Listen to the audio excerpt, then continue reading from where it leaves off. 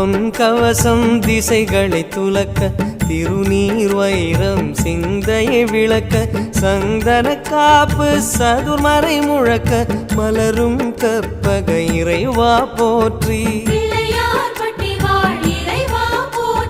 கலியுகம் காக்கும் கணபதி நாதா வலம்புரி நாதா அபயம் அபயம் அபயம் அருளும் இறைவா போற்றி